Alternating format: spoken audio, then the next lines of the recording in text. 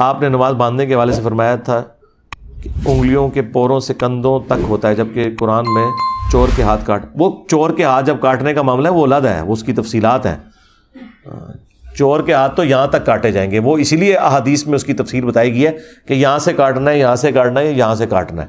جب وہ تفصیلات میں آتے ہیں، جس طرح آپ تشہد دیکھیں، ہم تشہد جو ہے عام حالت میں اسے تشہد ہی بولتے ہیں، لیکن جب اس کی تفصیلات کو پوچھے گا تو ہم کہیں گے تشہد میں پہلے تشہد ہوتا ہے، پھر درود شریف ہوتا ہے، پھر دعائیں ہوتی ہیں.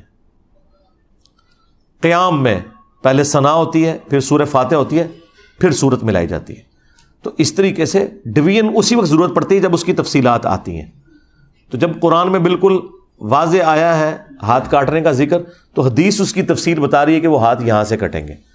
اب آ گیا جو آپ نے وہ بات کی ہے، تو بھائی بخاری میں ہے کہ نبی الاسلام اپنا دایاں ہاتھ بائیں زیرہ پر رکھتے تھے. اب زیرہ جو ہے وہ انگلیوں کے پورے سے لے کر کونی تک ہے. اب دایاں ہاتھ بائیں زیرہ پہ رکھنا، اگر یہ ہاتھ پہ ہاتھ میں یوں رکھوں تو یہ زیرہ تک تو نہیں پہنچتا، یوں رکھوں تو زیرہ تک پہنچتا ہے اور پوری زیرہ کور ہوتی ہے. اس سے آگے میں رکھ نہیں سکتا، اس سے کم بھی نہیں رکھ سکتا. اور یہ جو رکھنا ہے یہ لادہ سے بھی حدیث موجود ہے ابو داؤد میں، سنن نسائی میں، کہ نبی الاسلام نے اپنا دایاں ہاتھ بائیں رزق کہتے ہیں اس انگلی سے لے کے کف تک کو، کف عربی کا لفظ ہے، رزق کف اور ساعد پر رکھا.